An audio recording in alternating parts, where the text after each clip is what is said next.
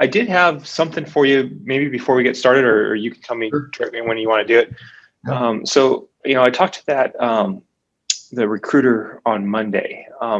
Do you have any advice for talking with recruiters? What would you say, not say, anything like that? Or Is there anything in specifically that you're thinking of, maybe? she asked about salary, and I just basically went with the whole salary scheme that what was in the interview guide. Is the way I seemed like it went well. She didn't ask dollar figures or anything like that. She was what were you thinking? And I just told her, I'm at this point in time in my career, I'm open, and I'm really looking for the right position. Matters more than salary. And she was okay.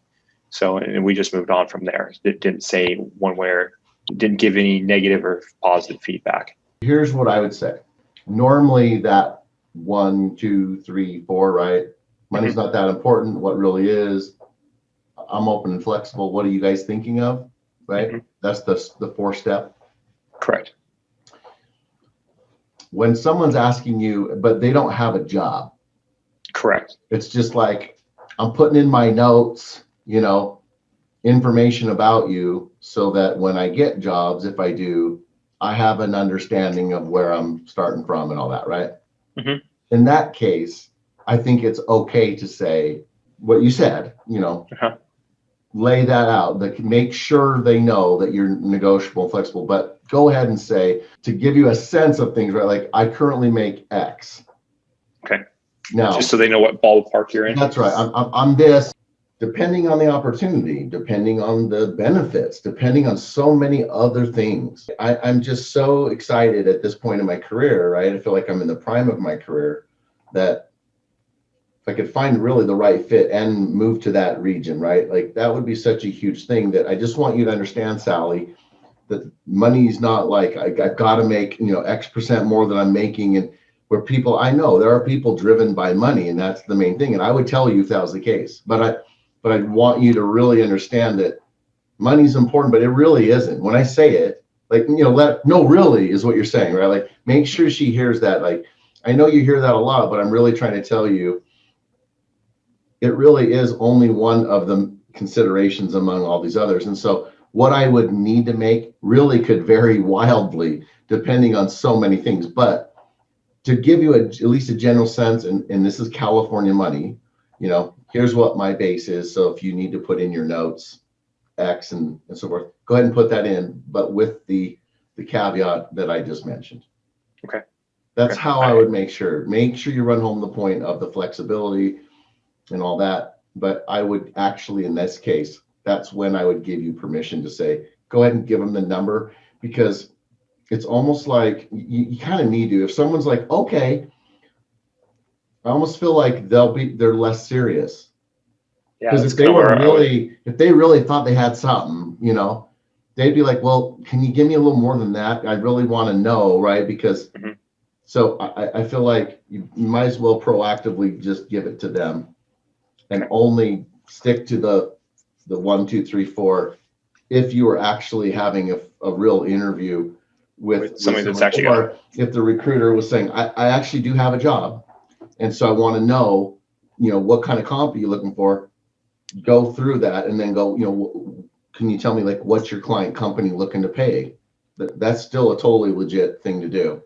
What about, they asked me about job titles, and I went into, honestly, my job title, I don't really care. I could be chief bottle washer. That's not what's important. It's more what I'm going to be doing would be important to me. And that's how I left it. Any suggestions around that?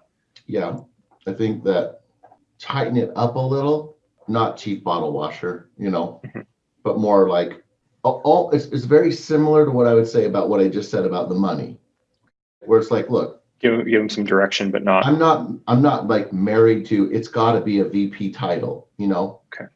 We both know, this is you saying to the recruiter, we both know that depending on a certain organization, a director level job could have just as much or maybe even more responsibility than a VP level would be somewhere. I know that, like, I get that.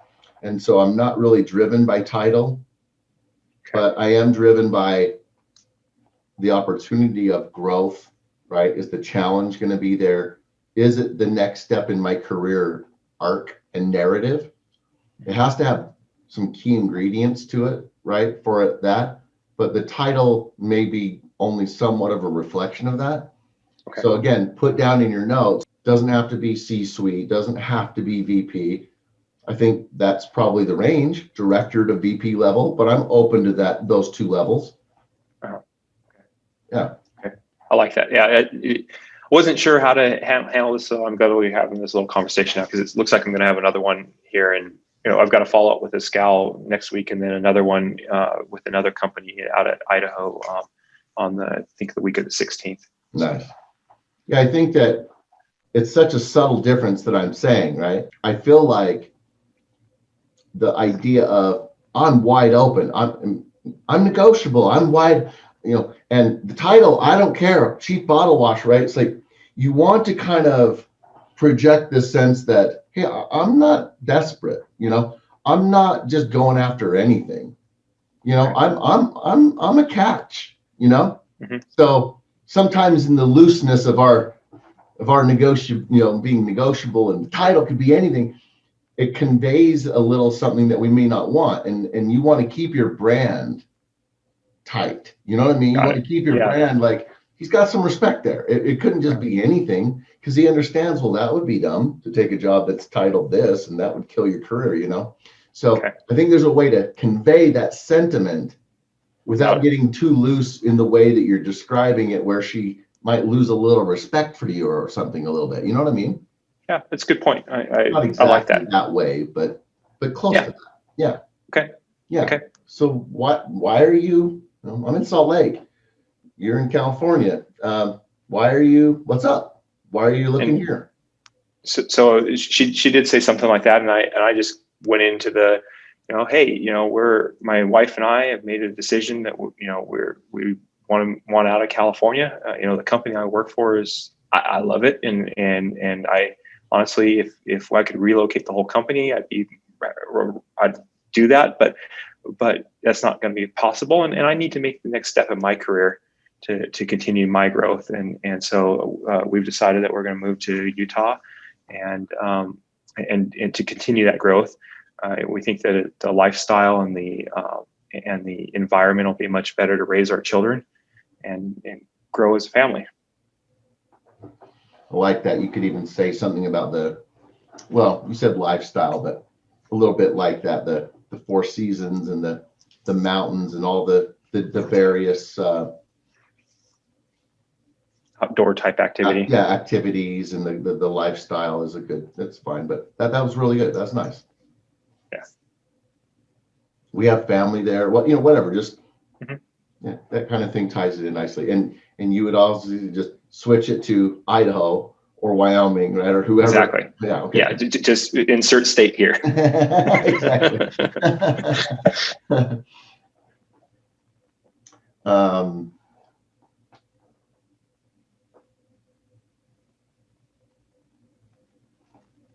What do you feel like is the greatest thing that you would bring to the table for our organization? Like what's your special sauce? What's your claim to fame? What do you feel like you do better than pretty much anybody? So I think that would be my ability to get in and roll up my sleeves and really look at the processes that you have in your organization and figure out ways we can streamline those processes and make them more efficient using technology, and make the organization more efficient. So operational improvements, you leveraging or capitalizing on technology to do it? Yeah, that's a really clean way of saying that. In fact, I'm going to write that down, because the nice thing is these are recorded, right? So that's true. Yeah, you can always go back and say at the 14-minute mark is where you want to go hit. But good. Yeah, I think. Yeah, I agree. Like I'm all about the theme, right? Like, okay. Boom, and then let me kind of go, let me flow here for a second on what that means. But something that kind of sticks in the brain, like it's a bumper sticker kind of thing. It's like, this, and like, oh yeah, yeah. And then kind of what you mean by that. But I like something that kind of rhymes, it kind of sticks. It's like, improving You got a slogan. process, leveraging technology for a better tomorrow. No, just kidding. Now that's a marketing. We all make. Yeah, I like it. And obviously I asked it differently instead of like, what's one of your greatest strengths, right? I want to kind of come at it a little differently. And I actually want you to know, like, think about it, like, I am good at a lot of different things, but in performance reviews, when people go, gosh, dude, you're good at that. Like, clearly you've done that before or whatever, right? Is there a thing that people kind of stand in awe of when they see you doing your thing, when you're in the zone? And that's what I want. Sometimes asking it differently than just what's one of your greatest strengths makes your brain kind of think about it differently. And so I was wondering if I might get a little something different than what you had scripted out. Yeah. And for the most part, I think that's what I've got in my script as well. Yeah.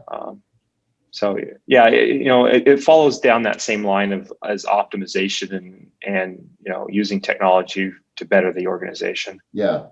Let me, if I was judging the answer, right? And I'm giving you points for each part that needs to be there.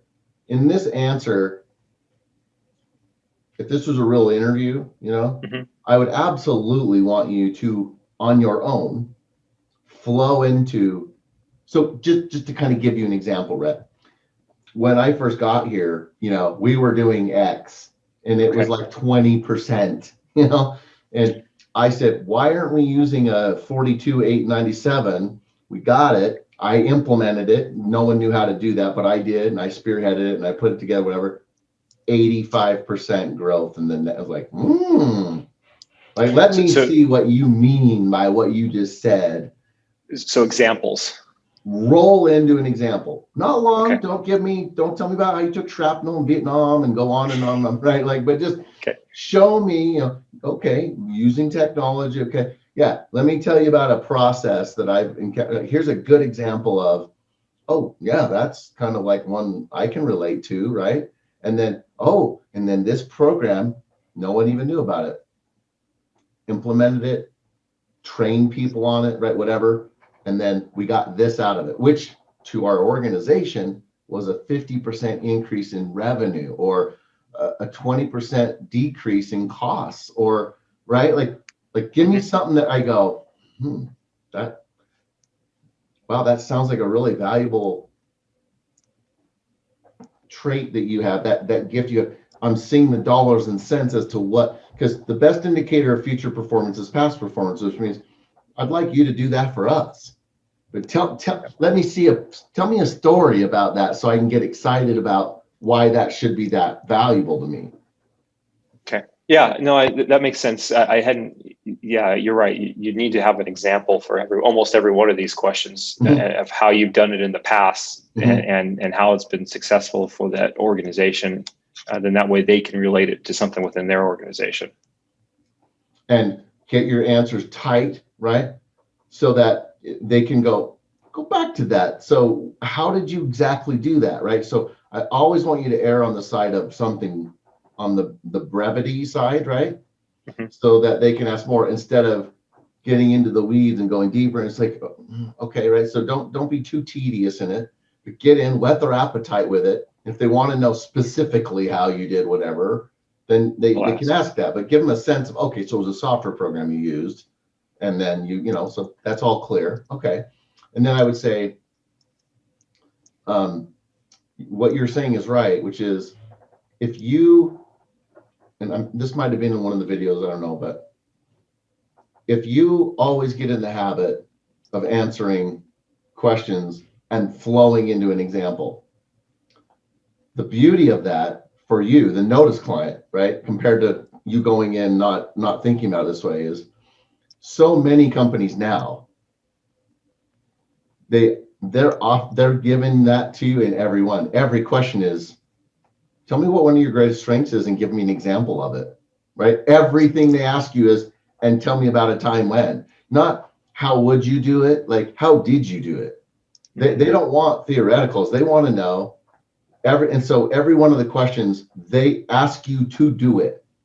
So the person who's not used to that is like, oh crap, Throws them off 7 their different game. times in the interview because they've been asked this 7 times versus like, well, there's one time they asked me to give an example. Okay, I got out of that one. What if they asked you every time, give me an example when you actually troubleshot something or had a disagreement with somebody, how do you resolve it? And about a time we had a customer that was really, are you ready? So the notice client, you're ready. You're in storytelling mode all the time. And so what's funny is, tell me if this is in one of the videos, but what's funny is if I'm the interviewer and I don't ask you to give me an example, when you give me one anyway, I don't know why maybe even, but I like your answer better than the other guy who didn't because I didn't make him, right? So he just answered the question and that was it. And he didn't give me one. But whatever it is, I feel less risk if someone asks me at the end of the interview, well, who'd you like better, right? The You're more guy who gave genuine. me more examples, again, whether I go, well, I like this guy because he gave me more examples.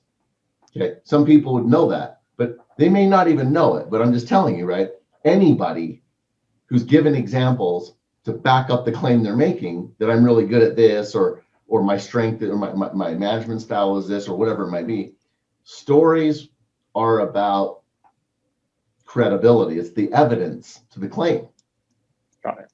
So what I'm saying is you'll do exceptionally well when the interviewer is expecting answers, and you'll do exceptionally well when they don't even ask, but you offer them, because that's where you leave everybody else in the dust who's only going to give the amount that they're asked. And if they're not asked to give a story, they're not rolling into a story on their own unless they're asked to do it. So it's a higher way of interviewing that you've been conditioned to and trained. And so if you can learn it at that level, it's just, you'll separate yourself. The daylight between you and the others will be so clear if you can master the art of storytelling. Makes sense. Makes a lot of sense. People love to hear stories, so I really have wanted to almost teach a class on it, like, in fact, if you think about one of the last questions in the material, right, in the question section, it's like, tell me a story, right? Like, give me an example. What is this? What is the question? But I talk about my blackjack experience and right. It's like, I put that in because it's like, let me hear a story. Like, tell me a story. I want to hear your best story, right? That's the most riveting, the most like, I want to see if you have the ability to make me go, you're kidding, right? Like, how compelling can you actually be? To see if you even have that in you or not. And that's fine if you don't, right? But I'd like to actually see that, because to me, being able to determine someone's ability to tell a story in an animated way, right? And you kind of lower your voice when you're going, and I tell you, man, and right, where somebody's drawn into it, like that is so much of a factor of likability, right? Where somebody goes, I like that guy. They may not even know why, but they crack up where you're like, and then she came in and you do a little voice, or these different things. You don't even know why you like the person, but human beings like that. Voice impersonations, an animated style of speaking where they're really going into that. And so to improve your ability to tell a story is to improve your ability to get hired. Yeah, makes a lot of sense. You got to be fluent. You got to be proficient at the storytelling to be able to take it to the next level. That's right.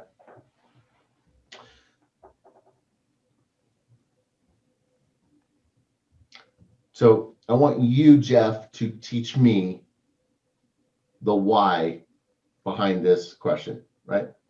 It'll make sense. It'll make sense. So if I say, why do you want this job? This job, right? Why are you interested in this position specifically? Okay. Why do you want this job? If you're a coach at Notice and you're coaching a client on that question, what do they need to know? What do you need to do in that question to make it a good answer? So I would suggest first thing you got to do is do some research.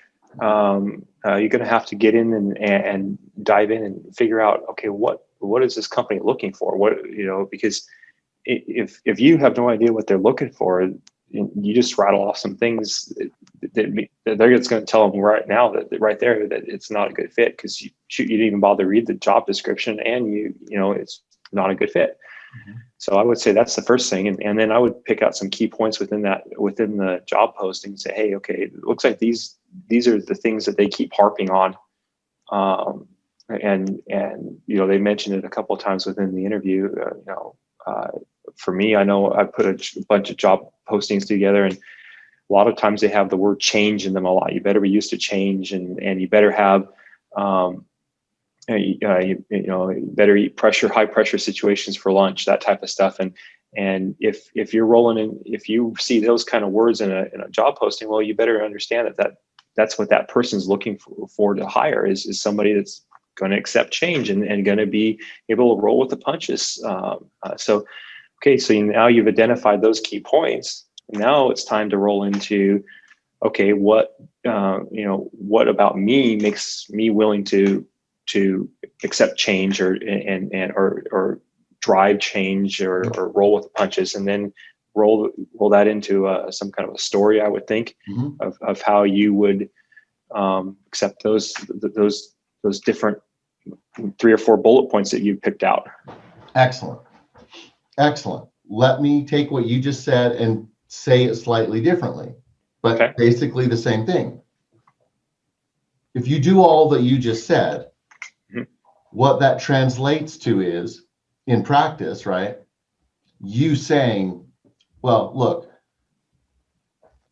when you're looking around, at different positions, different job descriptions and stuff, you see a lot of different variables in that, right? But the thing that made me go, oh, whoa, when I saw the job description was what I perceived to be this huge focus on change.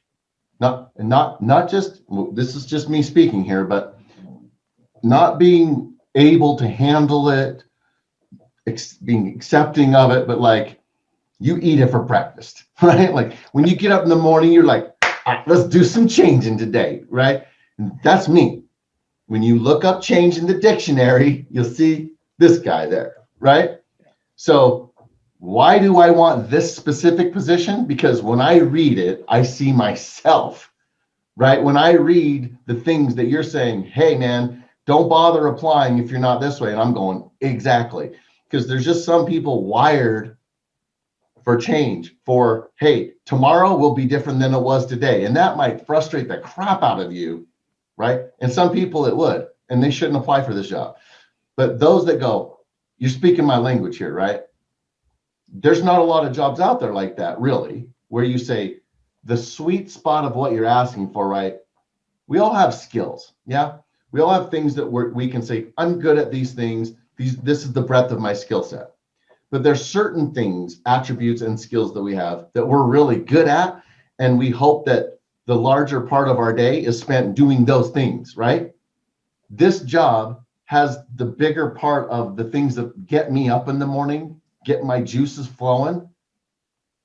The job description, as I've read it and understand the kind of person you're looking for, is at a level of excitement because of what I just described, right? That other jobs just don't stir me in, right? It's just, they don't bring that out. And so if in fact what I've just described is exactly what you guys are looking for in that, then I'd say that's why I'm so interested. That's why this job is one I'm so particularly interested in, because I feel like it truly captures the truest essence of who I am and what I love to do. Okay. Now, do you believe me? Yes, you do. Yep. Because that was like, dang, that guy loves the change. I mean, the guy who wrote the job description, don't bother applying, but it's like, you're the mascot of the guy, the HR guy that wrote that, right? It's like, that's awesome. Because that's it. Because see, don't tell me generalizations. well, I just think that I can really make an impact in the job. But you could say that about any job. That's where I was going with it. You've got to be specific. Mm-hmm. Specificity is authenticity. I lost you. Can you hear me? Yeah, you're back now. Did you hear what I said? said? Specificity is authenticity. Yeah. Okay. The more specific you are about, well, I'll tell you. Let me tell you exactly why I'm interested in this position. And really zero it in. It'd be like if your wife, you're like, why did you marry me? Why do you love me? Do you remember that? Did I talk about that in one of the videos? I don't know, but I can think just I did. imagine. I think I did. Yeah, I talked about it somewhere. I'm like, well, you know, I'm a man, you're a woman. I would love regular intimate relations. So I was getting older, and she'd be like, really, dude? Really? Exactly. Right? Versus, honey, when I first heard your laugh, I was like, oh my gosh, I've got to have that in my life on a forever basis, right? Like, okay, now you're making my heart stir a little bit here, right? Yeah. The color of your eyes. When I like, the more specific you are about why me, not why women, not why the institution of marriage, right? But me, the things that you're saying can only be me, right? So again, conflict, change, you better eat it for breakfast, right? You need to get as fired up and specific about, to the degree that you can, because some job descriptions like 3 lines in the job description. Okay, but where they give it to you, you better go hard to the hole and hammer dunk, make them take a charge, instead of some kind of lame dribble in where someone can steal the ball and it's like, what was that? Like, no, you're not going to sweep anyone off your feet with that. Okay. So if it's there, you better take it, and within the framework of what Jeff can do, right? What's natural. Yeah. You don't need to be me. Yeah. But within the framework of what is animated to you, where they would say, well, for him, right? Here's his normal kind of resting heart rate of things, and then, oh, he got a real spike there, right? Where mine is here. We run tracks like this, right? I'm already, and then, yeah, okay, and but you're like, it doesn't matter. You don't have to be that, because it's the juxtaposition of what your normal is to where they go, man, he got up for that. That's all that needs to happen. Okay. So and I'm not asking you to do anything that's outside of your comfort zone where you have to be someone you're not. No, but there are certain questions you better be passionate in. Have some energy, right? When you're talking about your management style, I need to see you as my manager, because I'm picturing everybody at my company, right? I'm picturing them look at you and think, when they look at me, since I'm the one that hired you or whatever, go, or really, that guy? Okay, another bozo. Right. So I'm sitting here going, okay, what's your management style? And if you're like, well, I really see myself as like, right? It's just so like, did you just copy that off of Google and like whatever? I need to feel like what you say. You're a leader, right? You've got some specific things that you kind of are particular about your management style. And if some of what you're going to say is cliched, you go, look, I'm going to tell you that I'm a hands-on leader, and you're going to go, oh, really? We haven't heard that before. Like, literally say that, right? And be like, but when I say it, I actually mean it. And so let me just, if you don't mind, let me explain what I really mean, right? Which is, then you go, right? And you just carve your own road from there, where they go, that guy's a hands-on leader. Like, he really is. What he just said about that's the best answer I've ever heard to hands-on. Because everybody else that said hands-on, then they just kind of said, well, it wouldn't do anything that I wouldn't ask them to do and all that. It's like, yeah, that's been around forever. Are you an electrician? You don't need to get your hands dirty and show them that you're willing to get down in the ditch with them. Like, what job do you think you're applying for? You know what I mean? That's not hands-on. I'll do I won't ask you to do something that I wouldn't do myself. That's a nice notion, but that shouldn't be your management style. You stay above the pit, and like, throw like rope down and bring people up to your level and like figure out solutions. That's why you're getting paid the big money.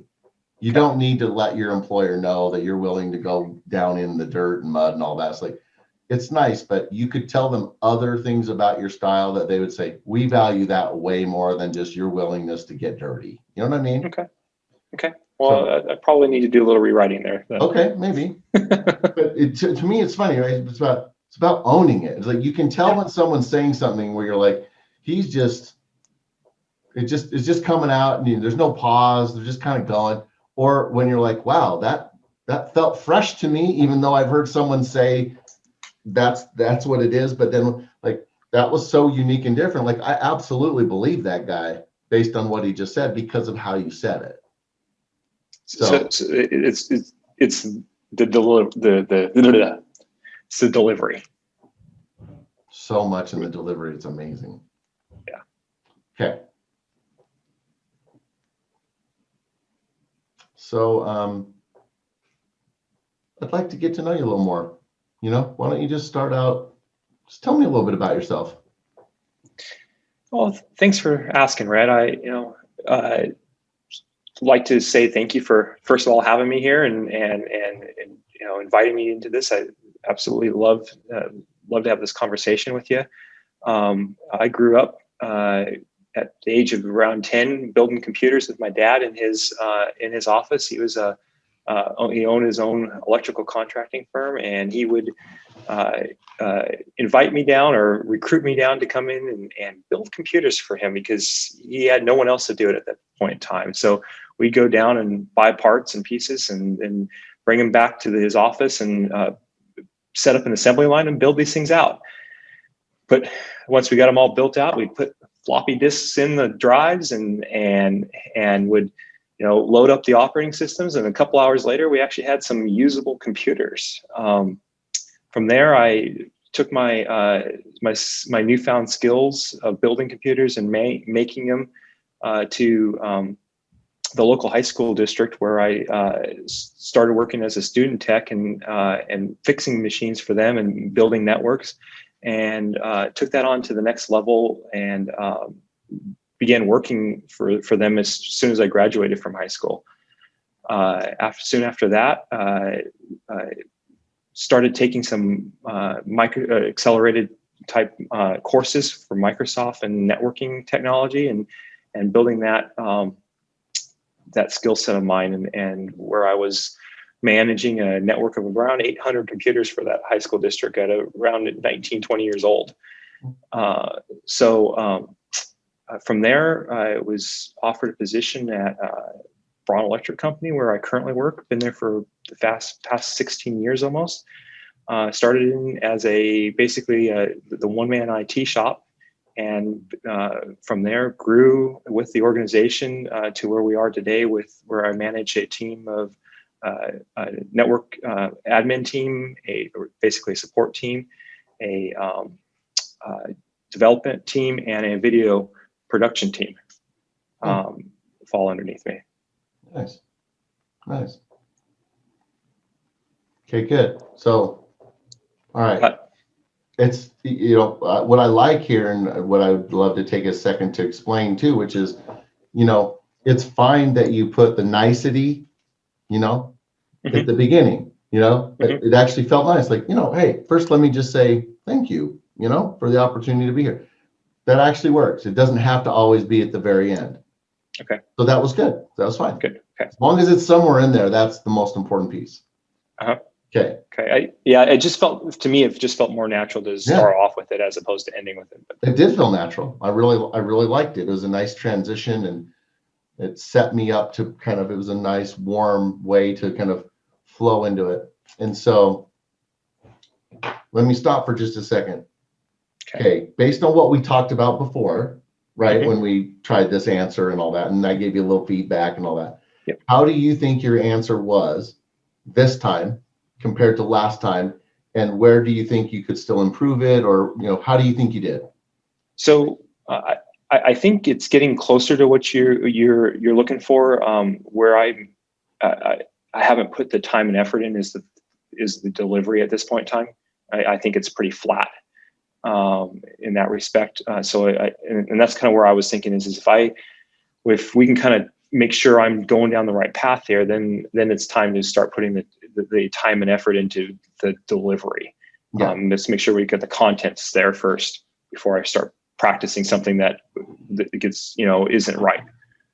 I would say that the structure of your answer is great. That's important, right? The rebar, the foundation is poor. This thing's going to be straight and solid, and it's good. So now let's start, moving some furniture in and kind of seeing what we like with the interior design. Okay. So what I want you to really understand is to remember, what are you trying to do? Remember, kind of like I just said, teach me like you're the coach now. Mm-hmm. What is important? What do you have to try to make happen in this first answer? And did you do it? So I guess I guess what you need to show them is why you exist. What is your passion? And I guess, no, I didn't do that there. Okay. It was, I needed to come in, that's what I think some energy around it would help as well. But there's some words there that are probably missing to express the passion and the purpose. Right. And like, why should I care? Mm-hmm. Right. Like, why do I care about you? Remember, I'll just give you, right. Like, more than anything, what I want you to do is set an anchor that says, when I'm done with my answer, the way I say it, what I say, how I say it, I need you to say, I like this guy. I'm rooting for this guy. So that my subsequent questions, subsequent demeanor towards you, all of it is based on, I hope this guy makes it through, which means I'm not going to grill him as hard as I normally would have on, well, what's one of your weaknesses? Well, what's another one? Well, what's another one? Where I come back at you 3 times and you start like, okay, because I like you. I don't want to make you melt down right there. Okay. Yeah. So first remember, impressions. There's 3 things that I'm trying to have you touch in this interview. What are they? Okay. So setting, as you said, setting the anchor, is that the direction we're going here? Getting them to like you, mm-hmm. and then basically putting you ahead of everybody else. Right. But there's 3 things that I'm trying to have you touch in the interview. The heart. Oh, the mind and the what is it? Funny bone. Funny bone. That's right. Okay. Isn't it funny when you say funny bone, you kind of almost have to laugh just because funny bone is weird. Okay. So remember that this question is such that if we really think about it, we should be able to weave in at least the heart and or the funny bone.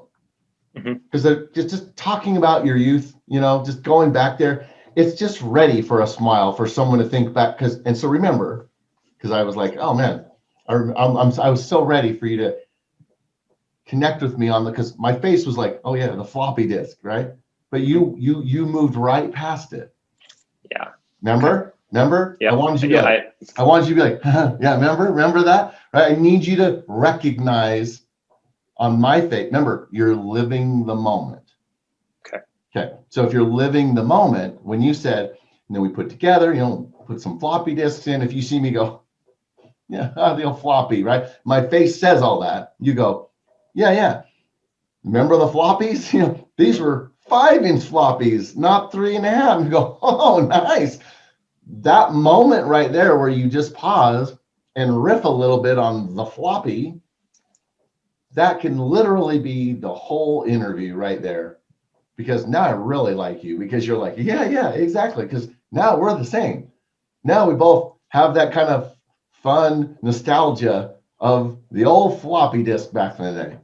Other than that, you're just giving me a travel log of, and then we put some computers together, and then I worked at the school and all that. Wait, what about, and yeah, it was really kind of humbling that they actually came to me and said, like, would you do this? Like, so right out of school, like, imagine being like, I'm like 18, and they're like, We want to hire you for like a real job. They wanted to actually pay me money, to do something that I was like, really? I couldn't believe it. I went home and told my dad, like, the school wants to actually pay me $30,000. They're going to give me health care just to like keep their, right? Like, see how I'm like riffing on that? And someone's going to go like, I totally can picture this movie.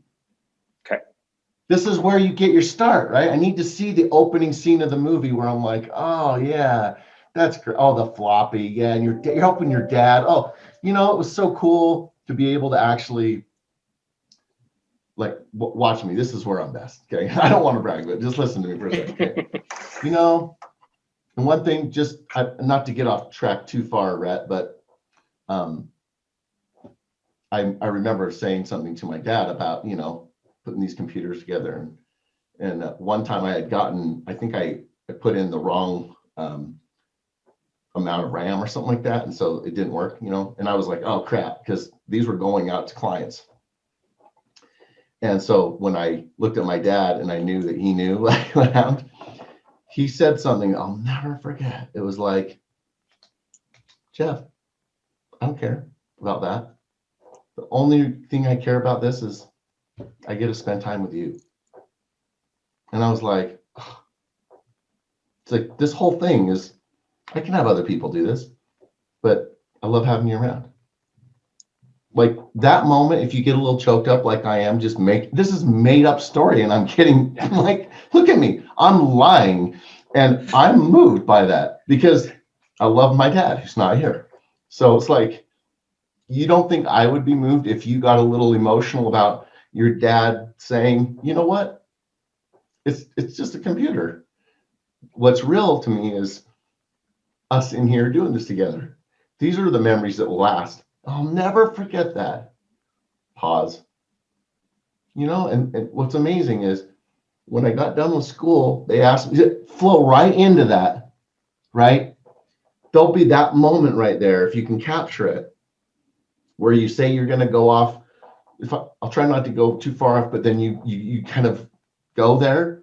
Then you go ahead and pivot right over to, and then the school asked me to do this, and then I got this job and told my dad, like, can you believe that? It's cool because just helping my dad put together computers and all that, right? And suddenly, like, here's this real job that I had. It was a miracle to me.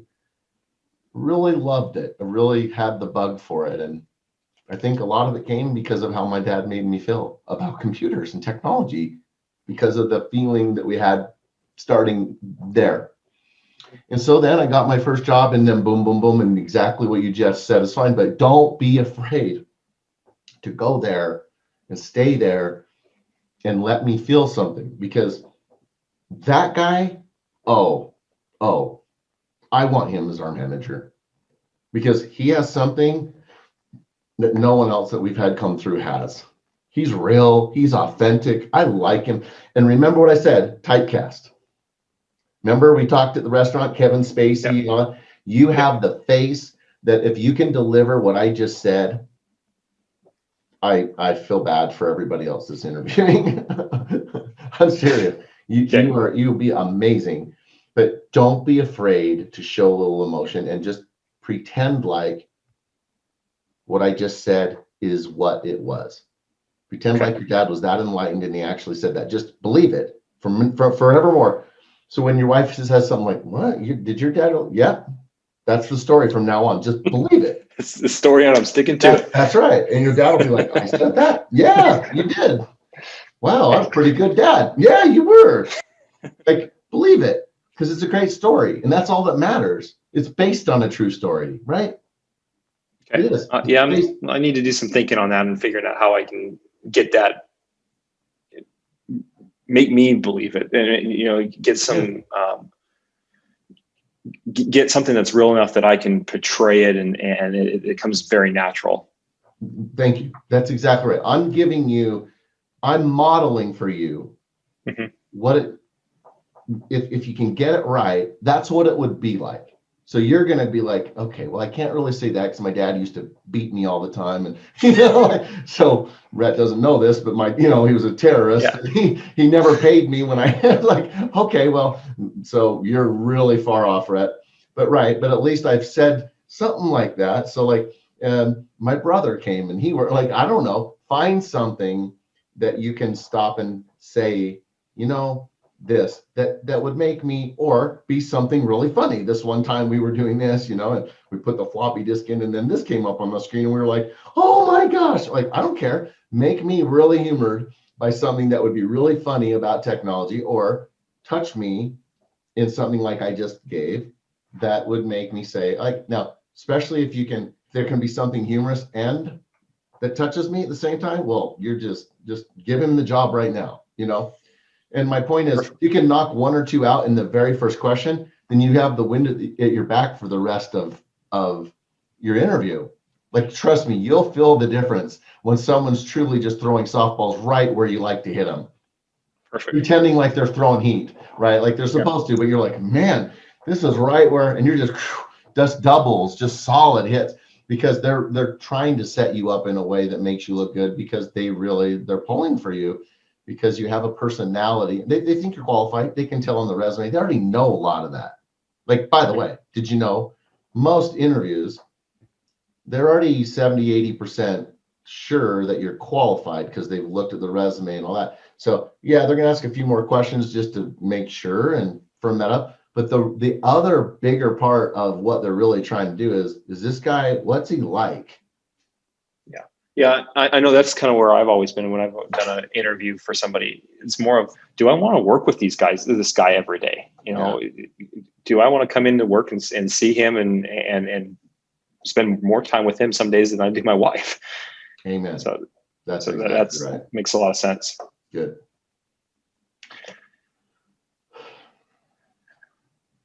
What is one of your weaknesses? Get ready, because I want the full buffet laid out in front of me. I want some self-awareness. I want some treating feedback like a gift, and I want to be wowed by your full explanation of why those are really important. But go ahead and lay it out for me and tell me what you're going to say. Let's see here. So, Rhett, you know, early on in my career, I had a leader that showed me that I wasn't doing a very good job delegating resources efficiently, and it was becoming a real problem for the organization. I had a couple of bad experiences working in school with teams, and when I was, because as we were working, you know, the assignment wasn't getting done, and what was happening was the others, my fellow students, were spending more time socializing than they were actually doing the project. So instead of failing the project, I took it upon myself to just figure out a way to get it done using the resources I had. So doing that, you know, that trait has started carrying on into my career. And when you found out when you're working around professionals, it's really not a good trait to have. It really stifles productivity, and it's pretty bad for morale. In addition, it was causing, you know, resentment because people felt like they didn't trust me, which wasn't my intention at all. I was worried if I gave important projects to people that they just wouldn't get it done. So I was always the one, and I was going to be the one taking responsibility. So the thought, so that's where I would step in and just do it myself. I figured out that as time went on, that I just couldn't do it all myself, and I had to figure out a way to delegate. So I using technology, was able to get a better understanding of what each person was doing each day, and be able to you know, step in when if I saw a problem coming up, I could step in, but was able to really step back and in the same manner and allow my team to do what they do best. And that was what they were hired to do. There's two principles I really learned. The first was learn to treat feedback as a gift, no matter how you hear it. But we must take the person, give them the feedback, and allow them to show them the appreciation that they deserve. and really take that to heart. Sometimes it might be a little uncomfortable, but that's how we grow as humans, is to take that other person's feedback. It took them a lot to give that to you, so you need to be at least willing to accept it and look yourself in the mirror and see if that it really is a problem, to help build a better person out of that. The second principle is being the best observer to our own weaknesses. Again, looking at ourselves in the mirror every day. Where am I weak? Where do I need to improve? And that's something that I try to do as much as possible. And it's something I have to keep reminding myself to do on a regular basis. Look, really good job. Way to kind of not get bogged down on, oh, I'm not saying this perfectly and I'm a little, all over in that. But I feel like we've got all the pieces out on the table now. Okay. And now it's just about, okay, move that one a little bit here, right? It's fine tuning. So that's a huge improvement from where we were. Like, great job, seriously. Okay. Now, that's, you basically copied your outline and just made some changes and work in my flow. Beautiful. So what you're saying is I'm a genius, and all you're doing. That's why you get paid the big bucks. That's right. Okay. let me give you back what's just fresh in my mind right here. Okay. A couple of key things to really nail it.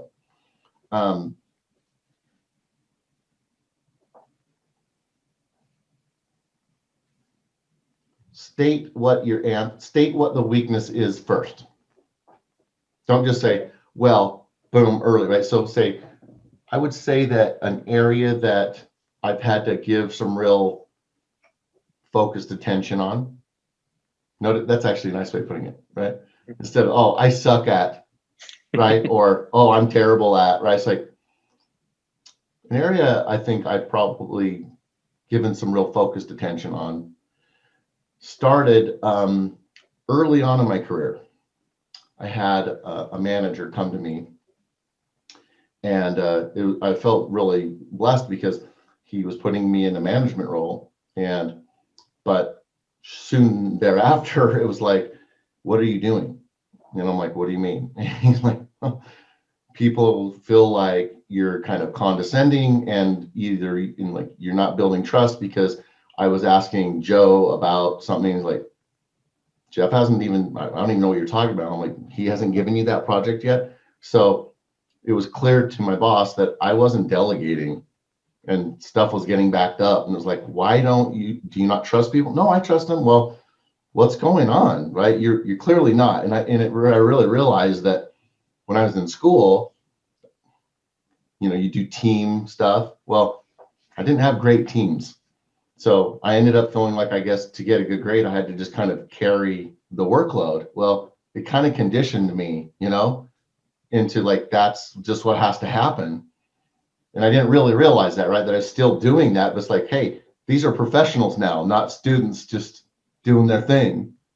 So I hadn't made the transition right in my head. And he was pointing this out to me. I was like, wow, I couldn't see it. And clearly I didn't want to be conveying that. Like, it hurt my feelings to think, oh, geez, everyone's walking around thinking that that's what I think of them, that I don't trust them, or I don't.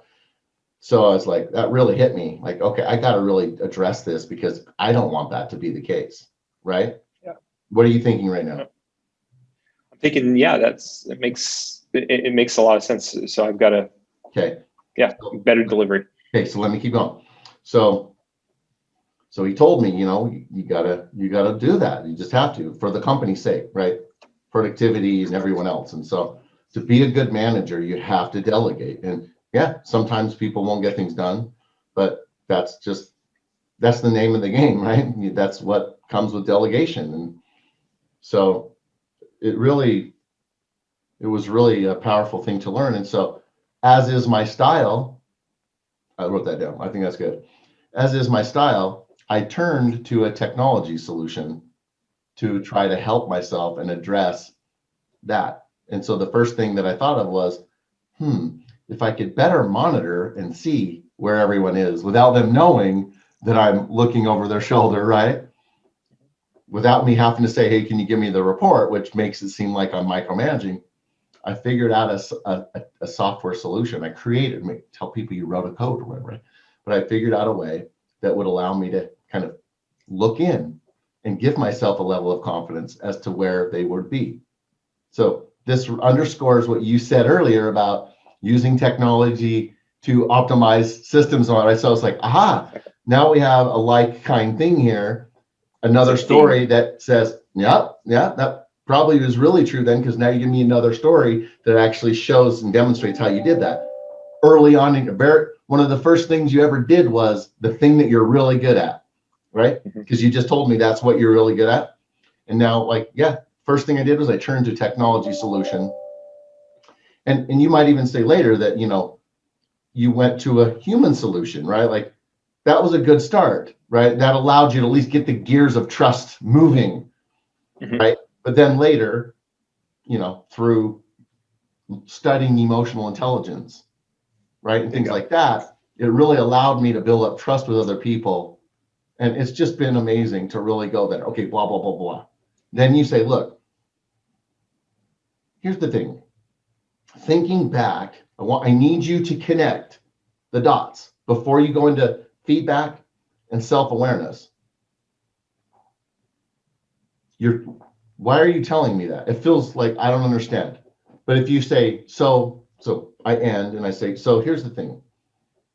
When I think about, as a manager and the people I manage, when I think about the value of what that boss that I had, when I think about the value of what that was, that he was willing to come to me and tell me that, I think he really did me a favor.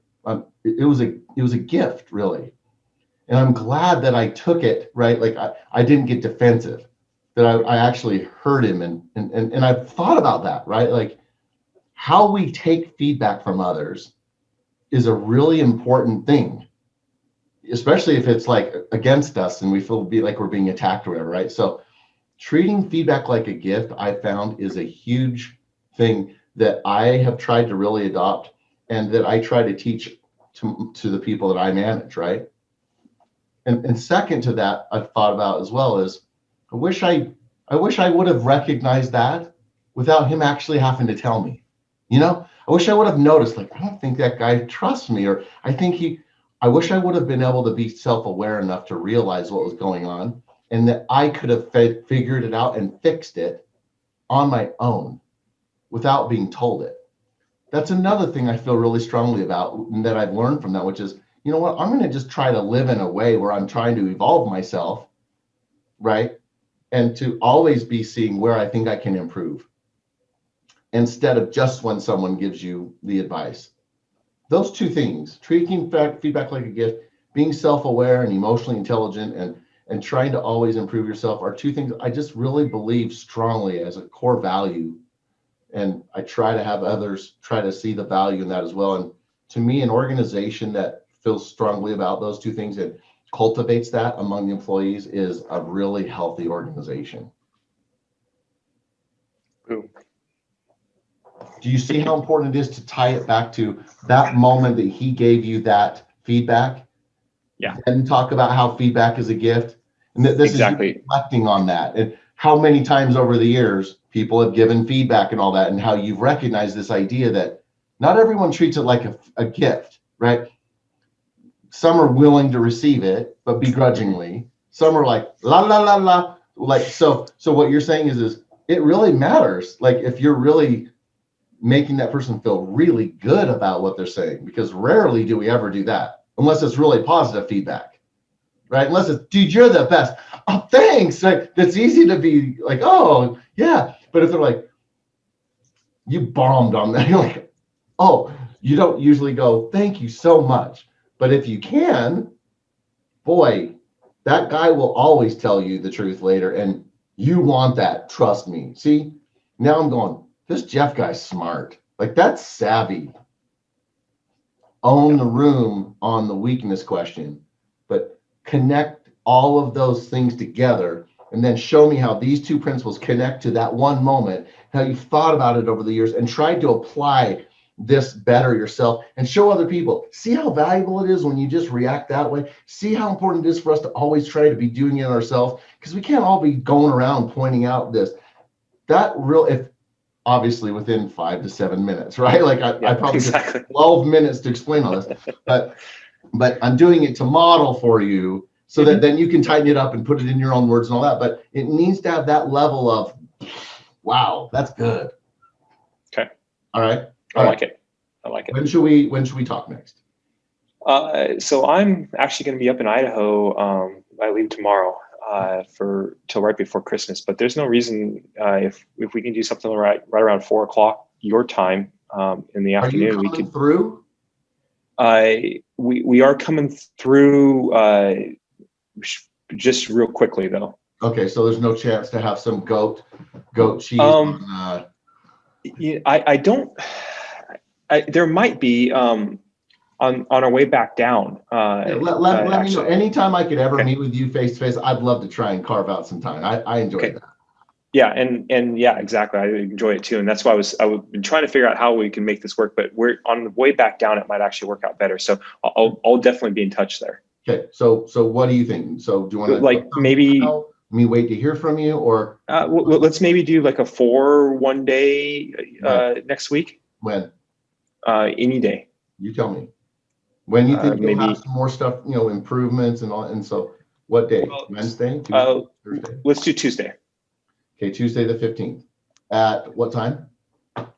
4 o'clock your time. Mountain time. Okay. Yeah, because I will be in Mountain Time next week too. Right.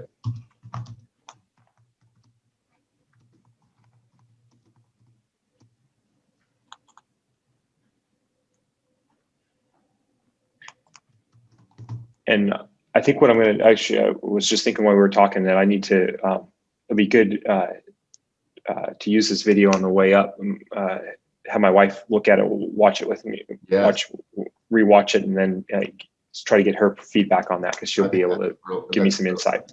That's a really good idea. What time did we just say? 4 o'clock Tuesday. 4 o'clock. Thank you. Hey, great job today. Really, you killed it. I appreciate it. See you next Tuesday. Sounds good. Have a good weekend. Take care. Bye.